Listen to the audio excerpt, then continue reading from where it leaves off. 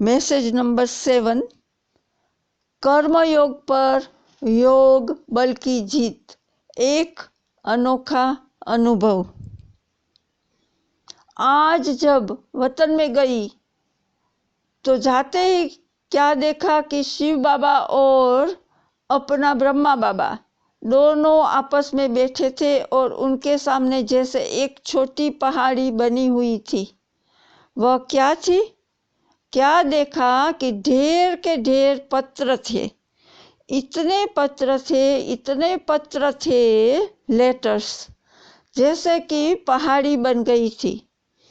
जैसे ही हम पहुंची तो ब्रह्मा बाबा ने हमको देखा और कहा कि ईशु कहाँ है?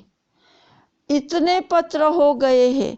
मैंने कहा बाबा मैं आई हूँ, माना दादी गुलजार ने कहा दादी गुलजार आई है, क्योंकि ईशु दादी बाबा का पत्र जैसे सेक्रेटरी खोलती थी और पढ़ती थी और बाबा फिर साकार में उसका रिस्पॉन्स देते थे। इसलिए ईशु दादी को बाबा ने याद किया। तो गुलजार दादी ने कहा बाबा कि मैं आई हूँ। बाबा ने कहा ईशु बच्ची को भी साथ लाई हो ना? देखना ईशु बच्ची, मैं 2 मिनट में इतने सारे पत्र पूरे कर देता हूँ। शिव बाबा तो साक्षी होकर मुस्कुरा रहे थे। इतने में देखा कि ईशु बहन भी वहाँ इमर्ज हो गई। ईशु का चेहरा बिल्कुल ही शांत था। बाबा ने कहा बच्ची क्या सोच रही हो? आज तो पत्रों का जवाब देना है। उसी समय जैसे साकार वतन का संस्कार पूर्ण रीति इमर्ज था। मम्मा खड़ी होकर देख रही थी। इतने में ही शिव बाबा ने ब्रह्मा बाबा को कहा आप कहाँ हो? वतन में बैठे हो? फिर 1 सेकंड में ही रूप बदल गया।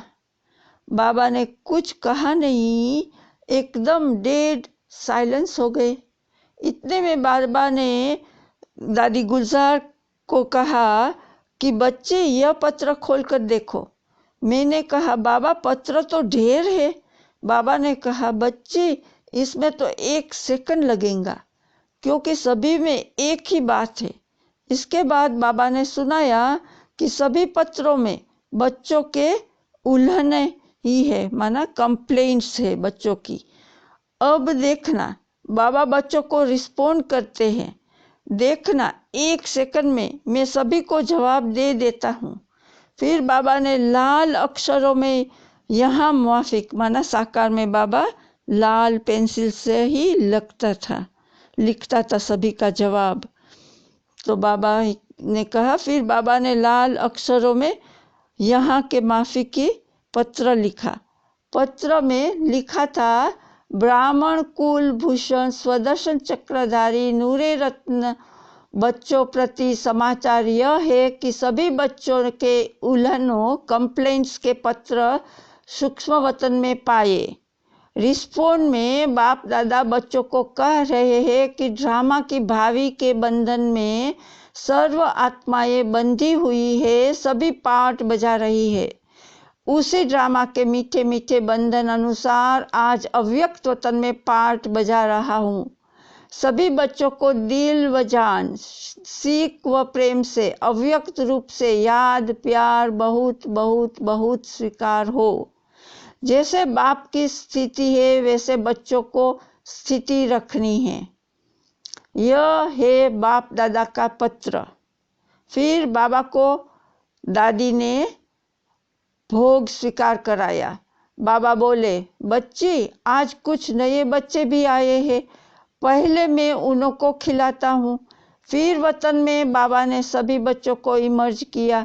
बाबा जल्दी जल्दी एक एक को दृष्टि भी दे रहे थे, हाथों से गिट्टी भी खिला रहे थे, लेकिन एक एक को 1 सेकंड भी जो दृष्टि दे रहे थे उस दृष्टि में बहुत कुछ भरा हुआ था।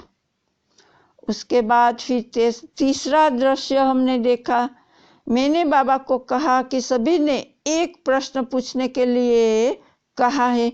बाबा ने कहा जो भी प्रश्न है वह पूछ सकते हो। बाबा तो एक अक्षर में जवाब दे देंगे। तो दादी ने प्रश्न पूछा सभी की तरफ से। सभी मधुबन वाले बच्चे जो वहाँ थे उसने दादी को प्रश्न दिया था बाबा को पूछने के लिए। तो प्रश्न है, सभी पूछते हैं कि पिछाड़ी के समय आपने कुछ बोला नहीं। बाहर की सीन तो हम सभी ने सुनी है, लेकिन अंदर क्या था वह अनुभव भी सुनना चाहते हैं। तो ब्रह्मा बाबा अव्यक्त बाप दादा बोले, हाँ बच्ची क्यों नहीं, बाबा अपना अनुभव सुनाएंगे। अच्छा लो सुनो। बच्ची, खेल तो सिर्फ 10-15 मिनट का ही था। उस थोड़े से समय में ही अनेक खेल चले। उसमें भिन्न भिन्न अनुभव हुए। पहला अनुभव तो यह था कि पहले जोर से युद्ध चल रही थी। किसकी? योग बल और कर्म भोग की। कर्म भोग भी फुल फोर्स में अपनी तरफ खींच रहा था और योग बल भी फुल फोर्स में ही था। ऐसे अनुभव हो रहा था कि जो भी शरीर के हिसाब किताब रहे हुए थे वह फट से योग अग्नि में भस्म हो रहे थे। और मैं साक्षी हो देख रहा हूँ, जैसे अखाड़े में बैठ मल्ल युद्ध देखते हैं, रेसलिंग मैच होता है ने, वो बाबा ऐसे साक्षी होकर अपने शरीर का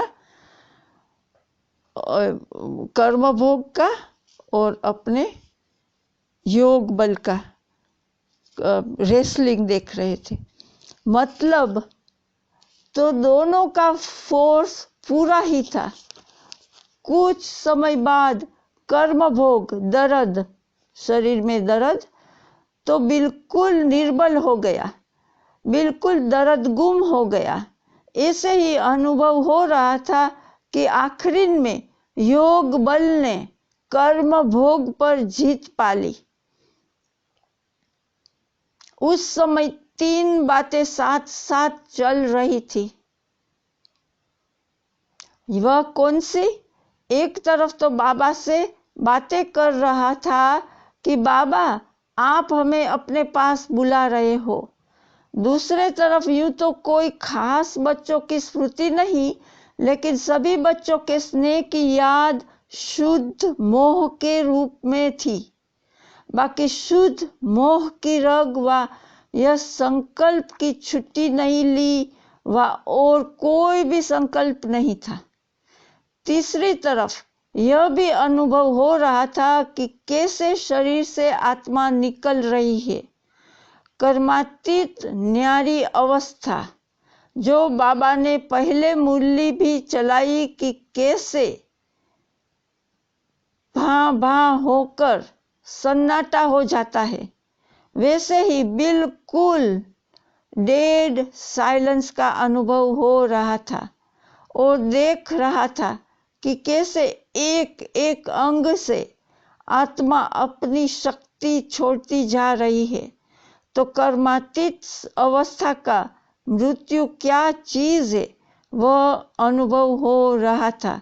यह है मेरा माना ब्रह्मा बाबा का अंतिम अनुभव शरीर छोड़ने समय। फिर दादी ने बाबा को कहा कि बाबा सभी बच्चे कहते हैं कि अगर हम सभी सामने होते तो बाबा को रोक लेते। तो बाबा ने कहा, बच्ची रोक लेते तो यह ड्रामा कैसे होता। फिर हमने कहा, बाबा यह सीन जैसे अब तो आर्टिफिशियल लग रही है, रियल ड्रामा नहीं लगता। बाबा ने कहा कि बच्ची यह स्नेह की मीठी तार झूठी होने के कारण तुमको अंत तक यह वंडर ही देखने में आएगा। और अब भी तो संबंध है, भल साकार रथ गया है, लेकिन ब्रह्मा के रूप में अव्यक्त पाठ बजा रहे हैं। बाबा ने कहा, मैं भी कभी कभी साकार वतन में चला जाता हूँ। फिर शिव बाबा पूछते हैं कि कहाँ बैठे हो। यहाँ बैठे जैसे साकार वतन में यह मकान बन रहा है, वहाँ तक जाता हूँ। मैंने कहा, बाबा, कभी कभी लगता है कि जैसे बाबा चक्कर लगा रहे हैं। बाबा ने कहा, मैं चक्कर लगाता हूँ तो वह भासना तो बच्चों को आएंगी ही, मतलब तो रूह रिहान हो रही थी। फिर बाबा ने एक दृश्य दिखाया, जैसे एक चक्कर के अंदर बहुत चक्कर दिखाई पड़े। चक्कर का ढंग ऐसे बनाया था कि उस चक्कर से निकलने के 4-5 रास्ते दिखाई पड़े, परंतु निकल न पाए। सिर्फ ब्रह्मा बाबा का यह दिखाया कि चक्कर में चलते चलते पॉइंट 0 पर खड़े हो गए, निकले नहीं। बाबा ने समझाया कि यह है ड्रामा का बंधन। ब्रह्मा भी ड्रामा के सर्कल चक्कर से निकल नहीं सकते। ड्रामा के बंधन से कोई भी निकल नहीं सकता। उस 0 पॉइंट तक पहुंच गए, लेकिन फिर भी ड्रामा का मीठा बंधन है। इस मीठे बंधन को खेल के रूप में दिखाया। फिर मिश्री बादामी खिलाई, छुट्टी दी, बोला, जाओ बच्ची, टाइम हो गया है। अच्छा।